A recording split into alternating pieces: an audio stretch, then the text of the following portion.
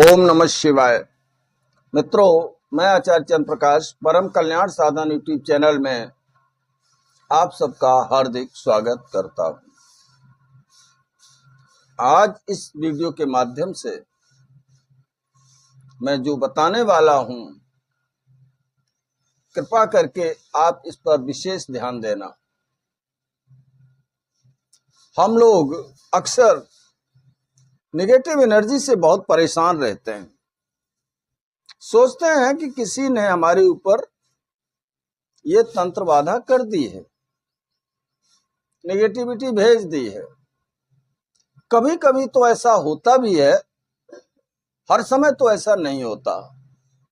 हर समय क्या होता है कि हम अपनी जाने अनजाने में कुछ गलतियां कर बैठते हैं, जिन गलतियों की वजह से नेगेटिविटी हमारा पीछा ही नहीं छोड़ती। सारी उम्र हम पीर पैगंबर, भगत सियाने, तांत्रिक न जाने किन किन के पास भटकते रहते हैं। हमें कोई फायदा नहीं होता, हमारे सारे काम बिगड़ जाते हैं, हम दर दर की ठोकरें खाने पर मजबूर हो जाते हैं। तो वो क्या गलतियां करते हैं हम, आज उनमें से एक गलती के बारे में आपको बताऊंगा। वो गलती हम सनातन धर्मी ही करते हैं, अन्य धर्मों के लोग ऐसी गलती नहीं करते जैसी गलती सनातनी करते हैं। इन्हें क्या, गंगा गए तो गंगाराम, जमुना गए तो जमुनादास, कोई मतलब नहीं है। मनाया वहीं पे सर झुका दिया। तो मैं आपको बता दूं कि जो लोग किसी पीर पर चादर चढ़ाते हैं, उसी दिन से उनके घर में निगेटिविटी घुस जाती है। वो कुछ समय के बाद में प्रकट होती है, फिर सारे जीवन वो निगेटिविटी उनका पीछा ही नहीं छोड़ती। क्योंकि आप ही तो निमंत्रण दे के आए हो, छोड़ेगी कैसे? आपने ही तो बुलाया है। बड़ी गलत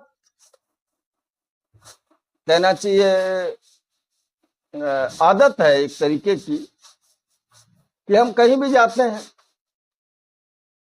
किसी भी पीर पैगंबर की मजार पर गए और वहां चढ़ा दी चादर। हम सोचते हैं कि हमें समस्या का समाधान मिल गया। उस समय तो मिल जाएगा, उसका परिणाम यह होगा कि फिर सारे जीवन आप उससे छुटकारा नहीं पा पाओगे। अरे हमारे इस सनातन धर्म में जो भी हिंदू देवी देवता हैं, क्या कम हैं? 33 कोट देवता हैं। तुम्हें उनमें से एक भी अच्छा नहीं लगता? तुम उनमें से किसी एक की भी साधना नहीं कर सकते, एक का भी पूजा पाठ नहीं कर सकते, क्योंकि तुम्हें तो विश्वास ही नहीं है। तुम करोगे कैसे? और जब तुम्हें विश्वास नहीं है तो तुम्हें फायदा भी क्या होगा? अगर कोई भी देवी देवता हमसे खुश नहीं है, हमारी पूजा पाठ से खुश नहीं है, तो हनुमान चालीसा की ये चौपाई पढ़ी है कभी आपने? और देवता चित्र धरी, हनुमत से ही सर्व सुख लही। निगेटिविटी से छुटकारा पाना चाहते थे तो क्या हनुमान जी समर्थ नहीं है? हनुमान जी तो इतने समर्थ हैं कि उनके नाम मात्र लेने से निगेटिविटी का अता पता भी नहीं चलता। रामायण में चौपाई आती है, भूत पिशाच निकट नहीं आवे, महावीर जब नाम सुनावे। कवन सुकाज कठिन जग माही, जो नहीं होत तात तुम पाहीं। हनुमान जी से ऐसा कौन सा कार्य है जो वो करने में समर्थ नहीं है? वो सब कुछ कर सकते हैं। हनुमान जी के अंदर ये शक्तियां हैं, इतनी शक्तियां हैं। जरा गौर तो करिए, सबसे सरल साधना हनुमान जी की है। आप कहीं मत जाइए, आप हनुमान जी को जो है याद कर लीजिए। निगेटिविटी घर में नहीं रह सकती, इस बात की मैं गारंटी देता हूं, कभी नहीं रह सकती, कितनी भी भयानक से भयानक हो। माता काली का स्मरण कर लीजिए, देखें कौन सी शक्ति आपके घर में प्रवेश कर जाती है। आप तो करना ही नहीं चाहते। हाँ, एक चादर चढ़ा दी जा करके और सब कुछ हो गया आपका। ऐसा नहीं होता है। जो व्यक्ति अपने धर्म का सम्मान करना नहीं जानता, दूसरा धर्म भी उसका सम्मान नहीं करेगा। सोचता है कि जब ये अपने का नहीं हुआ तो मेरा कैसे होगा। तो क्या आप उम्मीद करते हो उनसे लाभ प्राप्त करने की? आपने जिस धर्म में जन्म लिया है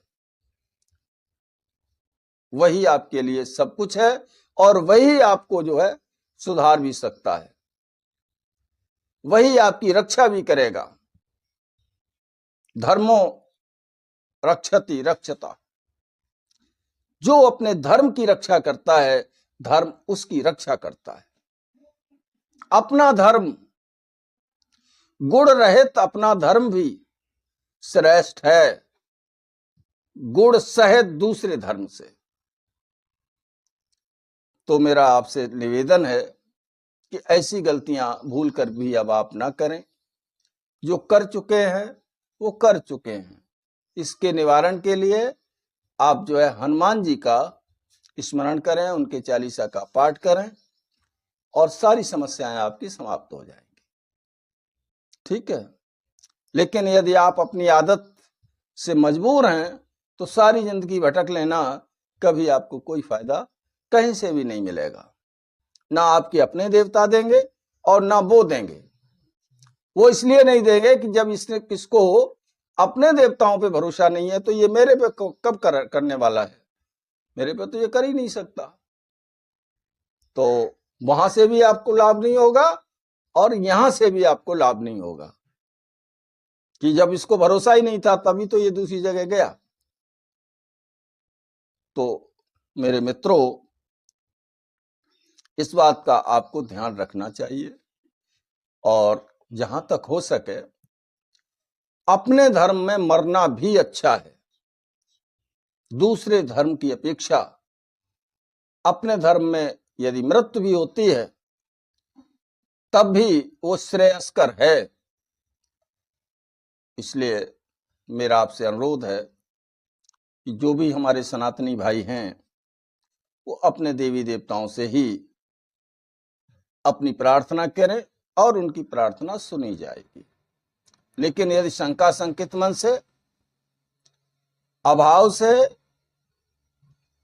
अपने देवताओं के प्रति अभाव होगा, दूसरे देवताओं के प्रति, दूसरे धर्म के देवताओं के प्रति भावित होकर के आप वहां जाएंगे भी तो फौरी तौर पे आपको थोड़ा लाभ तो होगा, लेकिन फिर आप ऐसे दलदल में फंस जाओगे कि वहां से निकलने का कोई रास्ता आपको नहीं मिलेगा।